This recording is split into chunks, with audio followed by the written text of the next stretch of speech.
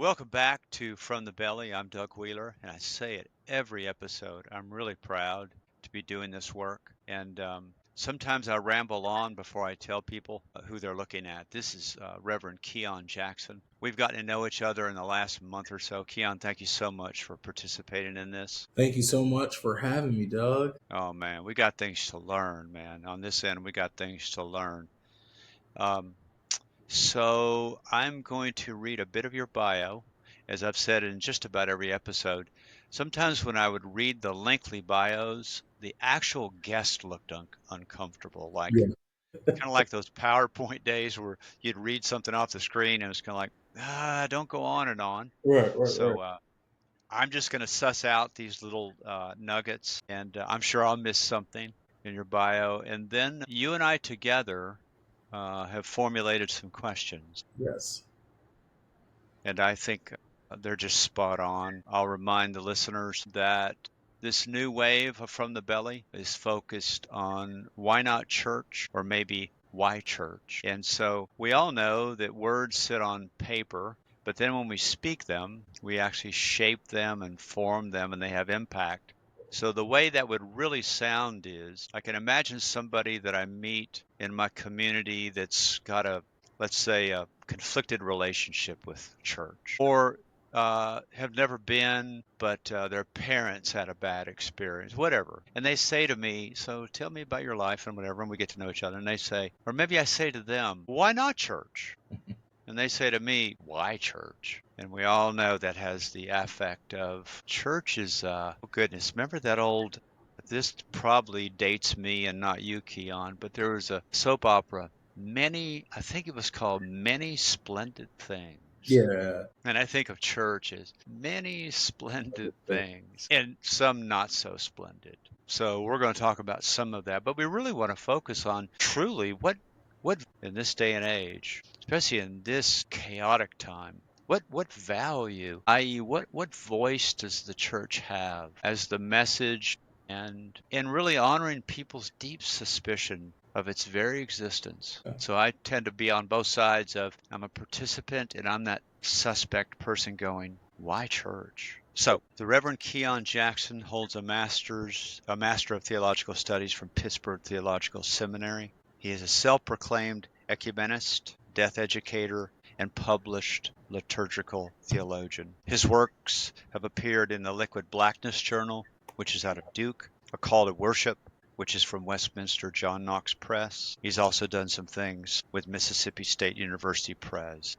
He currently serves as professor of American Studies at Austin Presbyterian Theological Seminary and the Ministry Leadership Center. He also, and this is interesting, and I'm sure we'll chat a bit about this, is pursuing licensure as a funeral director and emballer. Now, I bet that came as listeners, that just came out of left field. Right. What's that about? Committed advocate for Black liberation, Reverend Jackson co-founded Build for Unity in Jersey City with the New Black Panther Party of New Jersey and continues his activism with Live Free Indiana.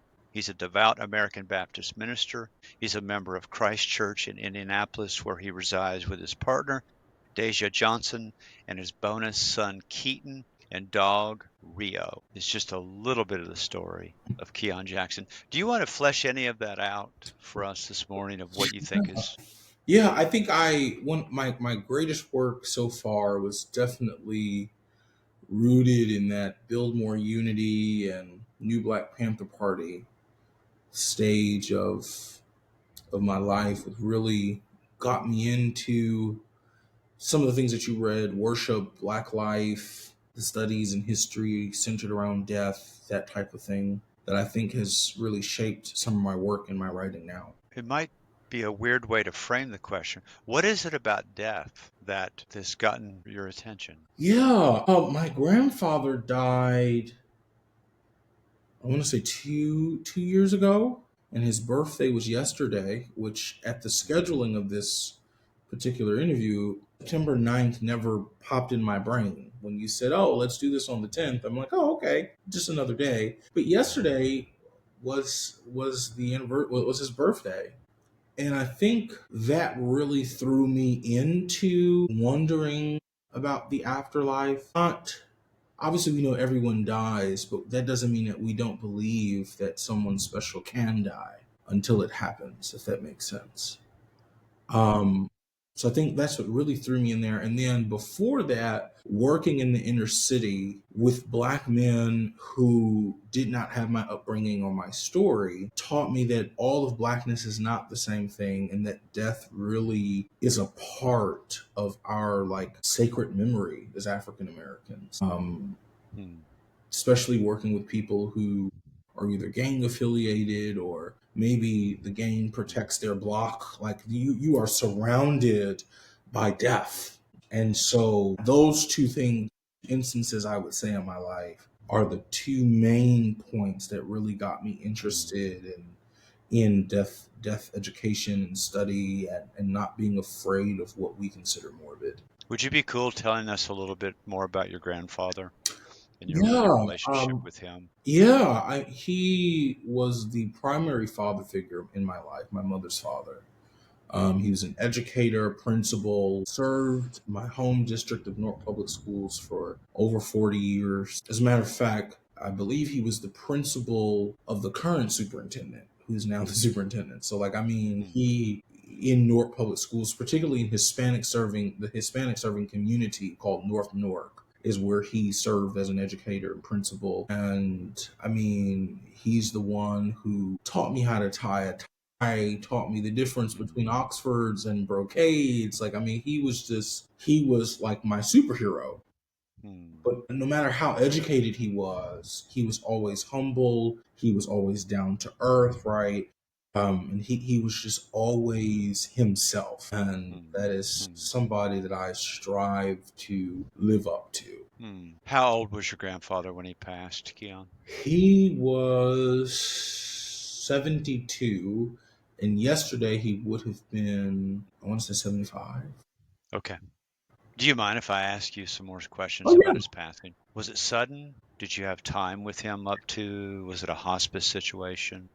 Well, it was weird because a lot of things were dying when he was dying. So I was going through a divorce. My dog died the same week. His Hmm. nephew, my cousin, died the same week. And I think he died on like that Friday. Goodness. So I had some time, right? But not the time that I think, not the time that would have been representative of our relationship. No. Hmm. And so he had some sort of, toward in his retirement, they went on a lot of cruises, him and my grandmother, and he got an infection and Hmm.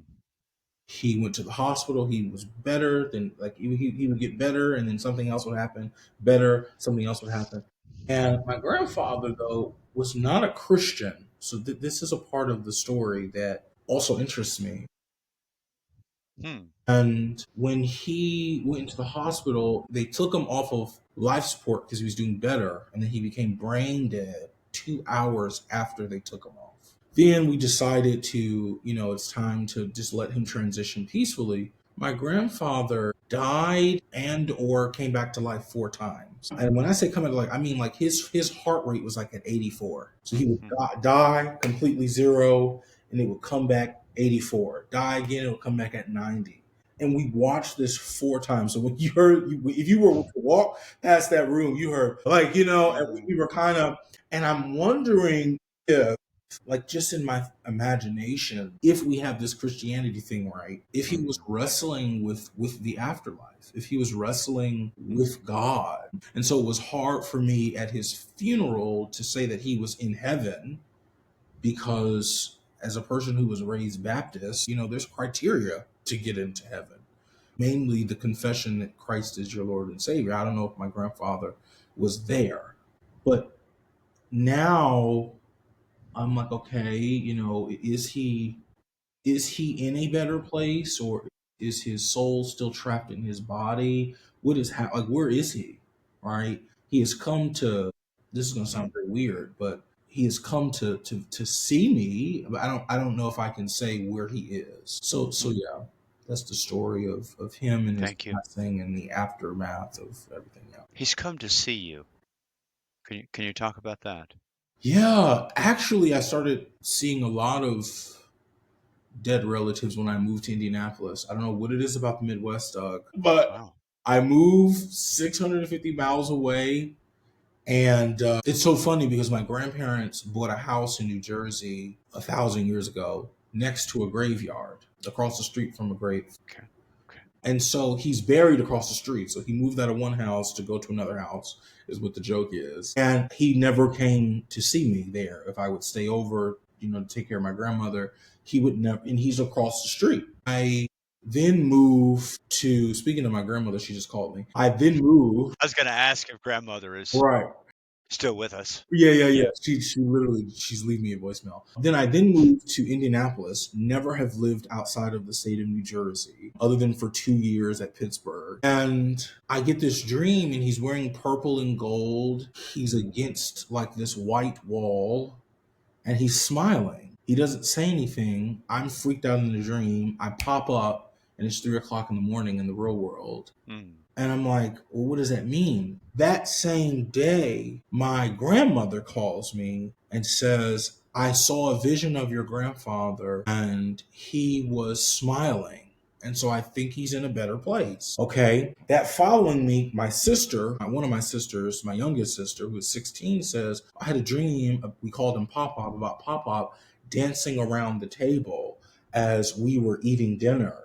Obviously he wasn't there, but he was dancing around the table. So I'm like, okay, well, maybe people are permitted to heaven by on a case by case basis. Maybe the way that I have theologically believed in what salvation is really to keep me grounded as a Christian, but obviously God has Mm. maybe the final say, because Mm.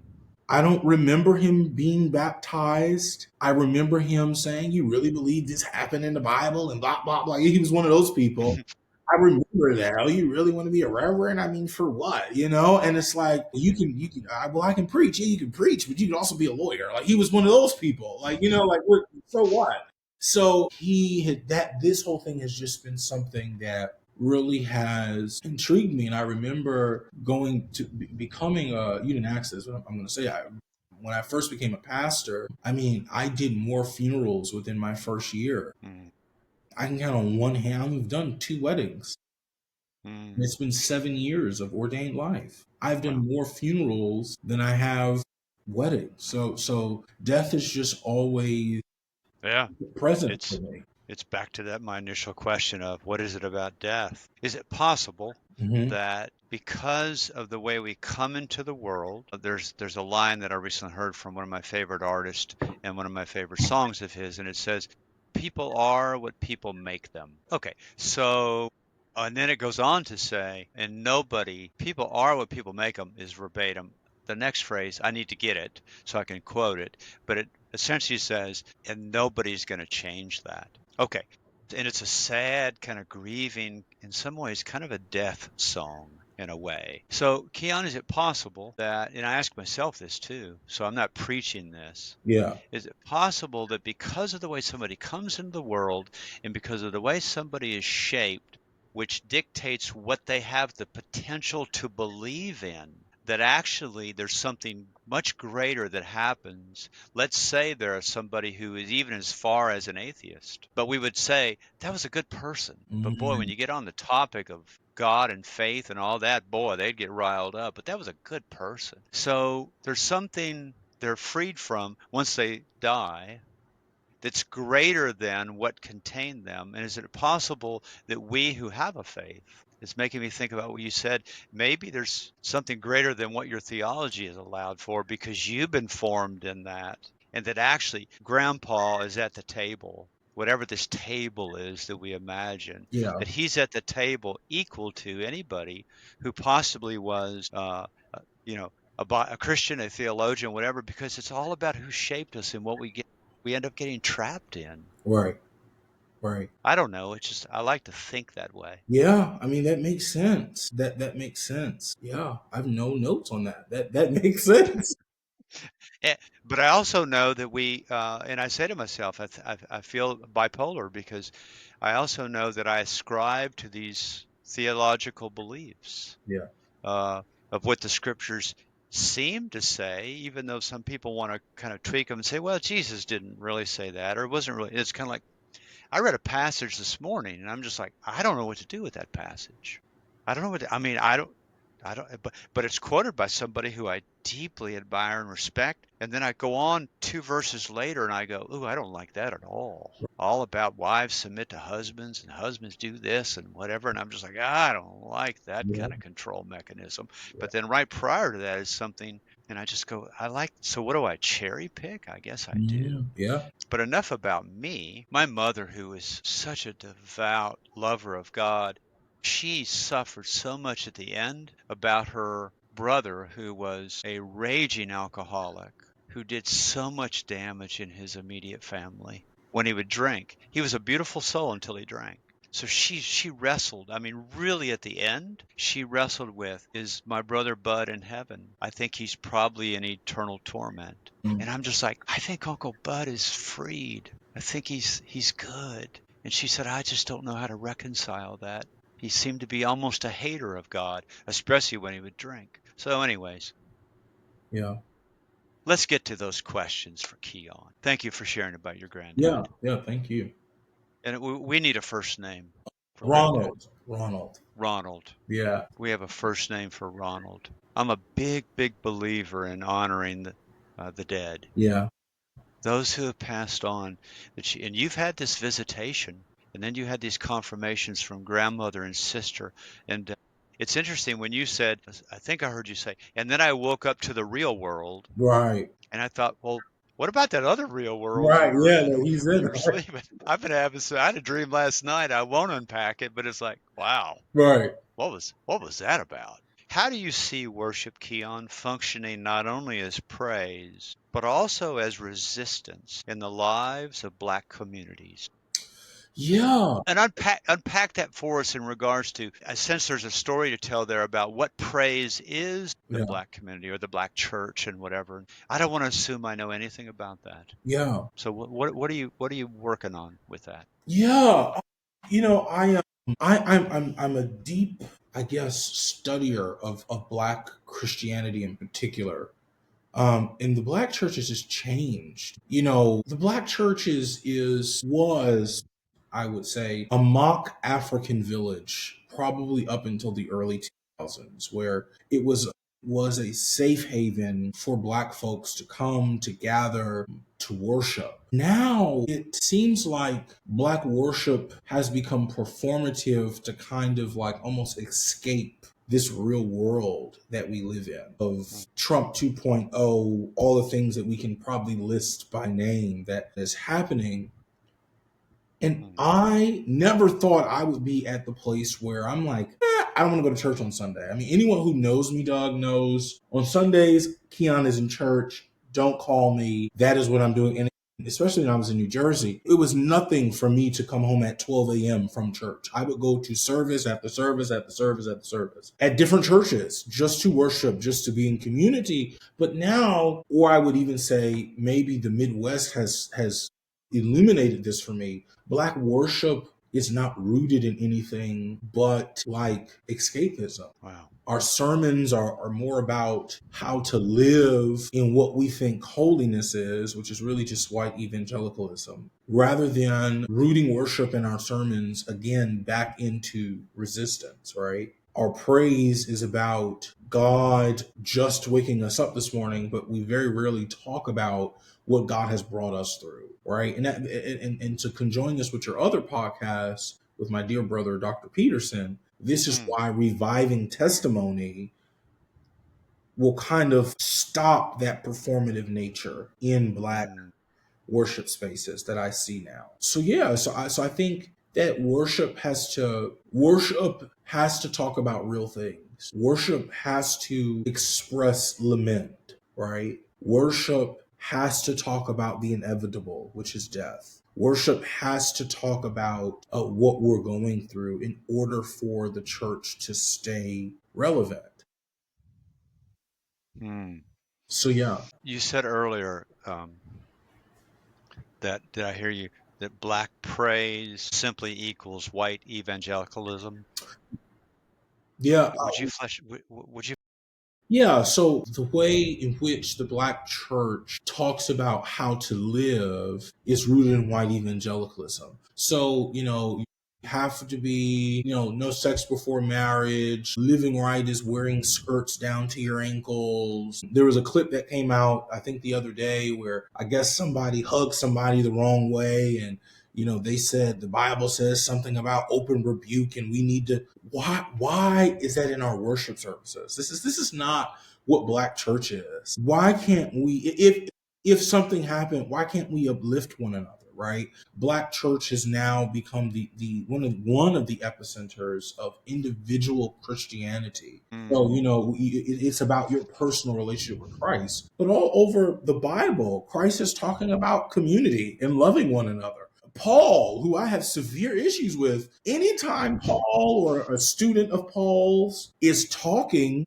and writing, that person is talking about the entire church, not just one person. So where do we get this non-collective Christianity from? So for me, what I see now is Black people want to go to church to hear what they want to hear, which is personal about them, and they can care less about the people they're sitting next to. But also those who are in charge of worship are no longer rooting worship in the real. It becomes this performative nomenclature for the world we wish to see. That is a dream. Whereas worship rooted in resistance is imagination. Because imagination, as I have to quote her, Dr. Sampson says, imagination requires one to work towards something rather than just merely talk.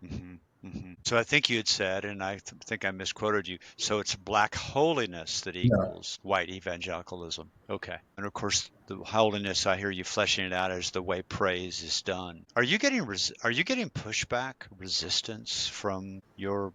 Oh, yeah. In the Midwest, yes. In the Midwest? Yeah, if I was still in New Jersey, I would be fine. New Jersey, as you know, is liberal. We're a blue state through and through.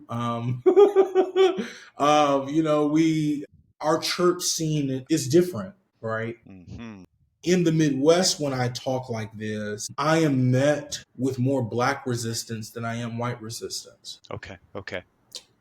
And that's what I thought you were going to get to. Yeah, and that's because and people who will listen to this who are from Indianapolis will be upset with me, but that's nothing new. But Black resistance is coming from what Bobby Kennedy told them when Dr. King got shot. Basically, don't worry, stay there, sit down. And so it's been generations of African Americans in the Midwest that are quiet, that very rarely stand up for something. They may feel, right, that they need to resist, but they don't act in their resistance. So when I talk about the Black church and our theology in this way, I am usually shunned until somebody begins to think that I make sense. And so this has been troubling because I'm just coming up on a year being in Indianapolis. It's been troubling to stay connected to a church or to stay connected to certain pastors who may like me as a person, but they don't get down with ruffling feathers, which I would argue, if Christianity does not ruffle feathers, it is not Christianity. Are you supposed to be, at this time in your life, are you supposed to be in the Midwest? Doug, you have the Holy Spirit, because everyone asks me that question, and I don't know. And I think, so I originally came to the Midwest because I was in a national Presbyterian position, and I wanted to get back into the local church. And so I worked for a Black Presbyterian church for a while. And that is what brought me, to the Midwest.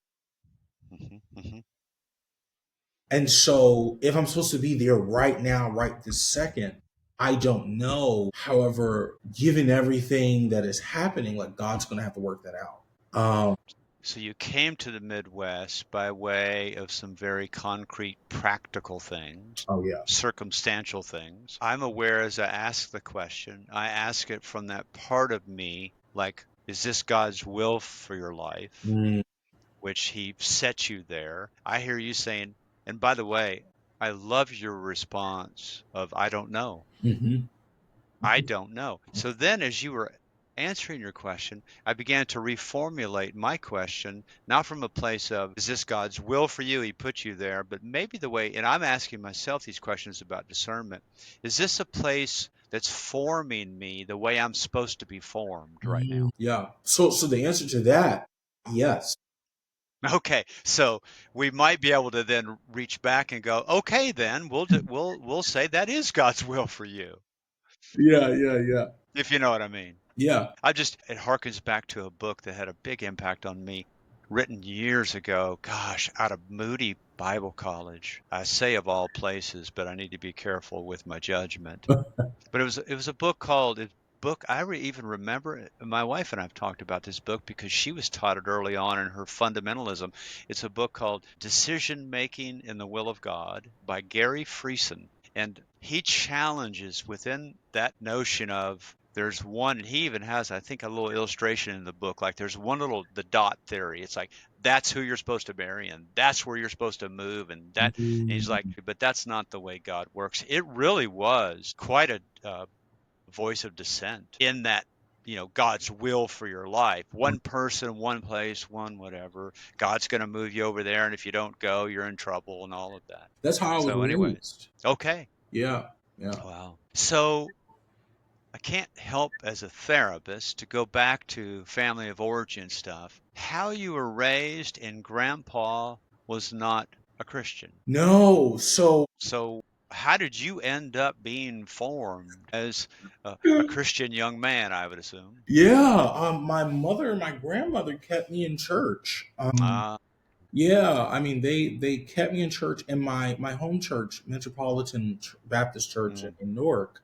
I mean, great church, humongous church. I rose up as high as I think pastoral leadership would have let me in that church. And I think that I still carry some of its fundamental Baptist teachings, regardless of the denomination or even Baptist mm. church that I'm serving in. And I think sometimes it's to my detriment and sometimes it's a blessing. Oh, sure.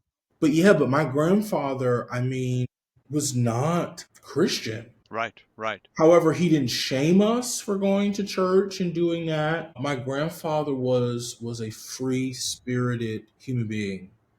Um, and a part of me wishes that for this side of my life, I would still have him physically, Yes, because yes, yes. there are definitely places where I think even in my own theology, I'm just too rigid. Yeah, yeah. Even in Interesting. my relationship with my partner, I'm rigid on certain things, and he Interesting. is very much free, just like him. And I'm like, what? Like Doug, if it's not structured, I don't understand it. I operate in systems and structure. That is my brain, Mm-hmm. and I don't know how to exist outside of anything else. So yeah, he just. I mean, I would talk about a scripture because I was so happy, or I would talk about a sermon, and he would be like, "Nah." I'd be like 10 years old, and he's having these deep conversations, and younger me would just get pissed off because it's like, "Pop, what are you doing?" And he's like, "I just want you to Mm-hmm. think. I just want you to think." And so Mm. yeah, that's the type of person he was. And so your mother, his Mhm. daughter, was a Christian from early on. How did she come to the faith with So father not no, being? she wasn't. So I don't think that they raised him in the church. My aunt or Okay. my mother. Well, I know that my mother got saved in her 30s because I held Mm. her hand and I led her to the altar to go give her life to Christ. Oh, And gosh. yeah, at 5, and then my grandmother came. What the heck? Yeah, You're 5 years old and you walk your mother up to the front of the church to the yeah, altar. yeah, She's your mother. She's 25 years older than you, yeah. and she has a conversion experience. Literally, that's literally what happened. Yeah. And then I would assume receives baptism soon after that. Yeah, we were baptized on the same day, April 20th. Hmm. What a story. Yeah, literally. By the way, do you know the name Donald Capps? Yeah. Capps. Oh, yeah, man. I'm a big Capps fan. I did a podcast with his son, who's a philosophy professor at the Institute of Rochester, I think. Hmm. Yeah, and it was really wonderful because we talked about both his work and his dad's life at Princeton. Oh, I've been reading, yeah. I think he wrote one of the most profound books that I've ever read on anxiety. Mm-hmm.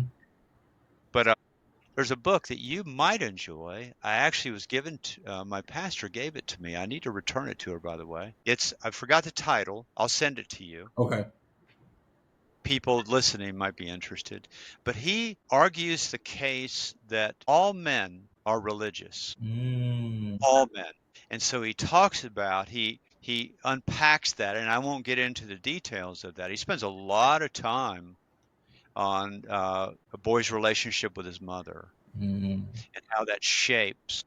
But he says essentially, even within a man who claims no faith, that somewhere within him he has a deep religious orientation that many times does not manifest itself in the way that we think it's supposed to. And then he also does a wonderful job of the way humor plays a part, the way males use humor, Mm. and that has a religious overtone as well. It's really an interesting work. Wow. Yeah. He was an excellent writer and deep thinker. Yeah. Yeah. I mean, I would agree with him. I think my grandfather was a theologian because he questioned. There we go. Yeah. There we go. And I wrote an article called Jesus. I think it's Keeping Questions at the Center of Our Theology with Good Faith Media. And I talk about how I use process theology, and I basically talk about how, like, for younger people, like, our questions is the way that God moves. Like, the only way that we know that we believe in something is if we question it. So yeah, I would agree with that. I'm gonna find that Mm. article too. I'll actually send you. I like to send just a screenshot of the front cover of the book, Okay, yeah, and then you'll have it there. Just of my senses, I think it'll really speak to you. yeah, yeah. Do you believe Christianity, as practiced in America, has done more to liberate or to bind Black people? I think it depends. It depends. I will say that I think on one hand, yes, it has. Well, yeah, I'm gonna go with yes. I'm gonna go with yes. I'm gonna say yes. It has. It has allowed Black people to continue to be bound to theologies that don't work for Black people, and I'm going to unpack that a little bit. Yeah. I think that, like I told you, I was raised conservative Baptist, and there were a lot of limitations. I couldn't do this, or that would happen. Or, if I didn't do this, and then I'm going to hell over here, right? So that's one end. But I also think, in as a person who has worked for white liberal denominations, there's a hindrance there. I think that African Americans, and when I mean by African Americans, I mean African Americans are people who are descendant of the enslaved, meaning we don't know where we come from. Our last names are not our last names. That is, I just want to define that for the audience. So I'm Thank not you. talking about Nigerian America. I'm talking about Black people, right? In the sense of what America means by that. When we are in conservative spaces, we are used to it because our culture is so woven into Black Baptist or AME Zion structure, right? However, those forms exploit people as a means for Black capitalism. Giving tithes, paying the pastor's salary, giving the bishop an annual conference fee, those types of things, right? So that's in Black organized old religion. When you cross over to white liberal religion, like Episcopalians, maybe Presbyterian, stuff like that, white liberals will limit how far you can go and how much you can be Black in those spaces. Can you give an example of that, Keion? Yeah, I mean, I'll give a personal example. When I was working for PCSA, I am, Doug, in my heart, a Black nationalist. I'm rooted in Huey P. Newton, Malcolm X, that type of stuff, right? I'm just now reading things about King. I've never been this big Dr. King fan. And I remember being in a Zoom call, and we were talking about diversity, and we were talking about January 6th, and I quoted Malcolm X in the comments. I said, well, because they were saying Gandhi said this, and Dr. King said that. And I'm like, Malcolm X said the chickens will come home to roost. Didn't think anything of it. It's 1,000 some odd people on this call. I get a phone call from my supervisor to talk to me about Malcolm X. White or black supervisor? White. Well, Hispanic, but white passing. Okay. And so then when so my job was working specifically with black churches in the denomination. And so I said, surely I can go to the black conference and be black.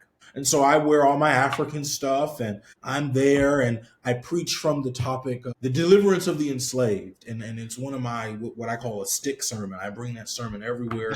I try to test out congregations with it. And white people love this sermon. I've preached this at my all-white church that I pastored. I have brought this to conferences. White people, oh my God, they love this sermon because I'm preaching from Song of Songs 1 and 5. I am black but beautiful, O daughters of Jerusalem, right? And so obviously I don't know who said this. We don't know who said it, but I always say this is the Queen of Sheba basically announcing to the court of Solomon that she's darker than them. And like, so what, right? And so that's basically the premise of the sermon. And surely, Doug, I can be black in front of black Presbyterians, but they are conditioned in Presbyterianism. That sermon was too radical. We do not... We have to keep us together because it was liberal white Presbyterians who allowed black Presbyterians to restructure themselves within the PCUSA in the 70s. And we have white executive presbyters here who may be offended by that sermon. And so when you deal with someone who is rooted in my lineage, you're either going to stay Baptist, because at least Baptist is autonomous. I could basically say and do what I want, and I'm the pastor, right? I'm the black pope of that little church. Or I can go into the academy and just write and teach because for right now, I don't know what's to come, but at least I'm protected. Or you can just write independently and publish and pray to God that God will figure things out. And so to answer your question, yes, it keeps us bound because black people, as James Cone said, black people don't want to hear about black liberation. Not on Sunday morning, because worship, as I said in the beginning of this podcast, is rooted in performative stuff. Let me ask you this, Keion. So what do they anticipate if they're conscious of it? What do they anticipate is at risk if they hear this and adhere to, let's say, your preaching message that morning? What's the protective? I think it's the same thing for each, whether you are a black in a liberal white space or a black in a black space. It is elimination. No one will come to your church in a black space if it's too political, if it's rooted in right. Which is why we have flagship churches. Like, you know that Otis Moss III, that's his church, Trinity. Jeremiah Wright built that church to gradually listen to sermons like that so Otis Moss can shine, right? That's a flagship church. That type of Afrocentric message cannot exist in every black church.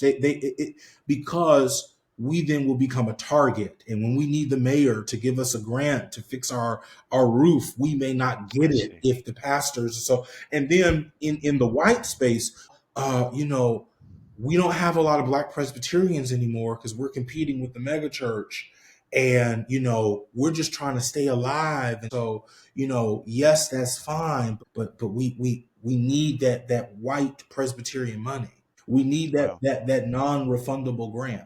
And so what happens is in the white sector, you get the black elite, the lawyers, the retired doctors, the school teachers, the educated folks. And in the black independent church, depending on where the church is, you don't have that same type of classes. But both of these people, class, poor, rich, wealthy, middle class, they're both scared of the same thing, which is elimination. Elimination. So essentially, that's your answer to, it's a way for me to hold on to something. Yeah.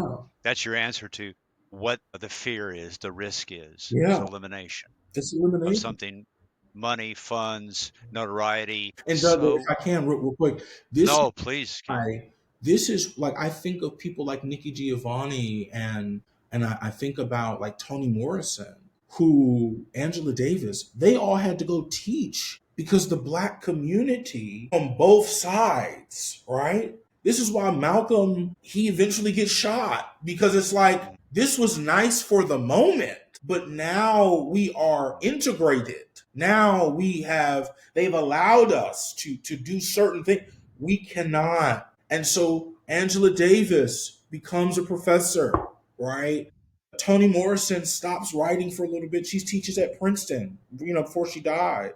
Nikki Giovanni was in Virginia teaching, right? This is probably why, Huey P. Newton would say different things, but I also think this is why he got his PhD. So that way, once this season of Blackness has passed, I can then just go and do that. So yeah, I just wanted to root that into why certain Black radicals just go and dissipate for a little bit. I see. Yeah. And Malcolm X stayed with it, if you will. Yeah, or even James Cone. James Cone said, I had to leave the AME church. I see. And I became UMC because at the end of the day, yeah, I can't do everything, but the UMC is going to hear this and they're going to love it. You know what I mean? So yeah. So the ones that have to leave, like you just named, and it sounds like you're one that maybe is on his way out. Mm-hmm. Is that because, we've got some more time. I want to, if you're cool with, well, there's something in one of the questions that'll set up. Yeah. It might be, I want to go back to get something clear in my mind. Yeah. Why, when you said that the white church was so celebratory of this message, and we're just going to put you as the preacher that morning, but why then, how do I reconcile then that your white supervisor called you and essentially spanked you for what you did? Would he not be able to be in that? What's the distinction there in the white community where some are like loving it? And I assume you're saying it's authentic. They're really loving it for the right reason. And then that white guy is like, he wouldn't be one of those. He called me up and spanked me. What's going on there? So that's the funny part. I received his commentary as Keion. I love it. However, this is not where the institution is. I see. Right. So I think privately we can hold this. Right. But as an agent of the corporation, I see. Right. You cannot. I see. So and that was my whole struggle in this denominational leadership thing. Got you. Now I'm with you. You hired me because I was radical. And so it was my fault that I thought I could be radical in the system. Right. And so I read about this, right? Huey P. Newton talks about this. James Cone talks about this, but it's a different thing to live it, right? And so I think white liberals can hear that type of message because they have the PhDs, they've deconstructed. Their church is like on the anti-racism book club thing, and they're ready to live up, or they're trying to live up to where they need to be. But then bureaucracy and white privilege, if unchecked, comes into play. Like, that was nice. But then it becomes, I want to protect this Black person from whatever else is going on in the background that this Black person may not know. Whereas I think with Black folks, it's that fear thing. Like, yeah, you talking right. You're bringing me back to when I was marching, but you can't do that. You can't do. Or in the Midwest, we've never done it. And so therefore, no. Yeah. Right. Keion, what is your daily, like currently, what is your daily relationship with the radical inside of you? How do you relate to that radical Keion who maybe is attempting a relationship with a different part of you? How does that work for you? Yeah, I don't think there is a routine anymore. I'm extremely, and we're on a podcast, I'm transparent. That side of me is extremely depressed. Because in New Jersey, there are outlets and pockets for it, right? And a lot of times in those pockets, I'm the only Christian. In Indiana, I have to write because that's the only way that it can come out. And so in a way, it is suppressed and it's depressed. And even within the activist base that I work with, Live Free, I can be radical, but like Indianapolis radical. Like, we're just going to go and do this. We're going to like kind of a contained. Yeah, we're going to go sing some songs and you're going to give a spiritual focus, and that's what it is. And so that's an outlet. But in terms of like really how I get things out is by publishing and writing, or writing on Substack or something like that, or calling Good Faith Media Progressive Christianity or Riverside Church in New York and saying, hey, I need to get this out real quick. What can we do? So I still rely heavily on those connections because where I'm at is home, but I'm not supposed to settle there.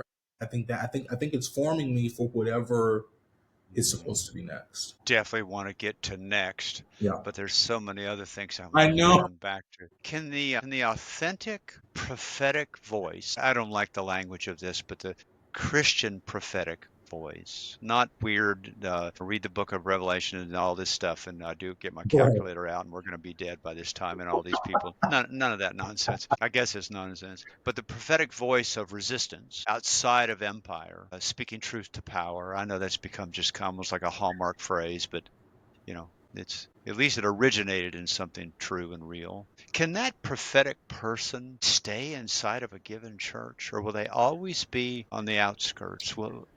How will they be? I mean, how and can a and the second part of the question is, can a local congregation of people, white, black, mixture, whatever, can they actually contain the very message of real, true resistance? Can they actually hold that? That's hot. That's got fire in it, man. Can they hold that as a church? So to answer that, I think it's going to be both and for the first part, right? Like something like Trinity UCC, New Birth Missionary Baptist Church, that's Jamal Bryant's church. They are the flagship churches in Riverside. We know Riverside in New York. All right. Those three churches are like, yeah, there's hope for people who are radical and both priests and prophets. Okay. The Okay. problem with America is those are the only three. Those are only three. And so when you have, and those are only three, and let me say, and the pastors that they hire stay for years, Mm. which means that in my lifetime, someone like me can probably preach there, but they can't pastor there. Oh yeah. Because Yeah. There's no those, room right, because those prophets have also waited for their moment. within that congregation. Right. And that congregation has had years Boy, I'm with you of there. deconstructing. So that way the person, like, look at Jamal Bryant's church. He's, first of all, he's AME, so he's already rooted in blackness. And then his parents were bishops and missionaries for the AME church to Africa. Otis Moss III, Jeremiah Wright is pastor emeritus, so they're already deconstructed because Jeremiah Wright is Jeremiah Wright. Otis Moss's father literally worked with Dr. King. So that congregation has already done the work. So someone So like me will need a congregation that is yeah. open to, as Dr. Crowley would Yeah. say, to be queered in the way of prophetic justice things. And I'm telling you that I guess what I'm wrestling with now is if that's my call, or am I just supposed to be writing and teaching and yeah. And perfect segue into that last piece. And there's another thing, because in one of our questions, oh goodness, actually, no, it's in your bio. Yeah. Yeah. Let's see. All of these theological pursuits and positions. And then it says in your bio, end quote, while also pursuing licensure as a funeral director and embalmer. Okay, so I Weird. think people listening to this are like, okay, so what's that about, man? Yeah. As I said at the beginning, I mean, death was always around me. But particularly, like, I'm interested in how we do ministry outside of church. And I said to myself, I want to offer up a service that is rooted in Black sacred memory, but also that takes care of the community. But it's a lot of buts and ands and commas, but also like provides liberation one Black family at a time. And in Outside of the church outside of congregation the church, community. right? And for me, growing up in Newark, New Jersey, it was the funeral directors. I mean, we have Churchman's, which is the Wow. oldest, Wow. Perry, Cotton, Wiggums, Garrett in Jersey City. These are Black funeral homes Mm, that were uniquely spiritual, but could not do what the pastor, or the pastor rather, could not do what they did. could you? There we go. And, but they could do what the pastor did, but the pastor cannot do what they did. Totally with you. And so for me, I'm like, okay, like I told you, I've been wrestling with this for 5 years. Like, what, God, what is this thing? I've tried to run away from it. I've taken another church. I've taken another teaching gig. But this is on my brain. And so Mm. then the joke is like, black people may not come to church, but everybody gonna die. So I mean, I'm sorry I'm laughing, but yeah, I I guess mean, I'm laughing just it's because morbid, it's so damn true. it is. Like my grandfather, I mean, would not be caught in the church. But when he died, we rode him down that middle aisle and he didn't have no control over it. So, it's you, everybody is going to experience this. However, I understand as a pastor that the funeral and funeral service is not for the deceased. Mhm. It is for those who have, the deceased has done their job. They've died. Right. And so my job is to coach and guide the family through this particular time while also washing the body and preparing the body for burial. And for me, that's not scary, because rooted in African culture, Dahomey or heaven or Mm. jumping off the slave ship or escaping the plantation, even if it resulted in death, was always liberation. It was the final piece of freedom that we had. And so I think if I do open a funeral home, or even if I am a funeral director for another funeral home, I want to offer those African spiritual practices to the family who has Mm. just lost their loved one. And it doesn't have to be rooted in Christianity, but definitely something that is deeply cultural. And in its own right, deeply sacred. Oh, yeah. Right. Yeah. How you handle a body and hold a body and prepare a body and all of that. Wow. Gosh, Keen, I could just keep on talking with you, man. Yeah. I could just keep on talking with you. What a question to end with. Is there hope for America in our lifetime? I'm soon to be 67 years old. I think you're a younger man than me. Is there? Or is that even not a very, very good question? Is a better question. Can we I've got a kind of a new perspective on faith. Faith is I'm moving towards something that I'll never see. Mhm. Something's been very freeing about that. Yeah. It's like I won't see the culmination of even my own growth and my own in anything. It's like I won't see it. I'll see things, but I won't see it. But something about that is freeing for me, because then I don't try to control the end goal. It's like I just keep moving towards betterment. Is there hope in our lifetime to move some substantial, like the needle forward? Do you or I don't know what I'm asking, man. I think that I don't know if there's hope, right? We know historically that Mm, mm. empires fall. We do know. Yeah, I mean they have the power to come back up, but empires fall for at least 255 years. Roughly, we've been the hegemon of the world, Yeah. and I think that I am scared to see the next 3 years, Okay. because That's 36 months. yeah, Okay. because what else are you going to take from us? You've taken everything else. Like I don't know. It is scary, and maybe that's why I want to work with the dead, because that's certain. That brings a certainty to my life.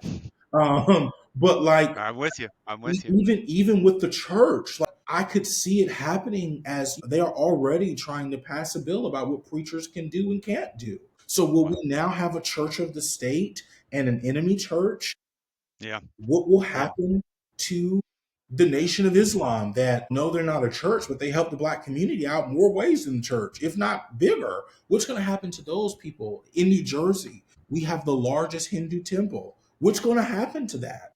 What else are you going to take away from us? And And so, what price am yeah, I willing to make for what's true, yeah, what's true? Man, Keon, this is sped by like a jackrabbit in the desert, man. This is sped by so fast. 10 or 15 minutes ago, I felt this chill on my back, man. And I tell people, even when I'm working with them, this is some disclosure on my part, and sometimes I know it sounds kind of weird, I think, to people's ears. I'm like, I just want to let you know, whatever just transpired there, I got a chill on my back, man, that went all the way down my spine. I don't know what to make about that, but there's something about that that's my navigational system of like, that's true. That's what to aspire for. I don't even know.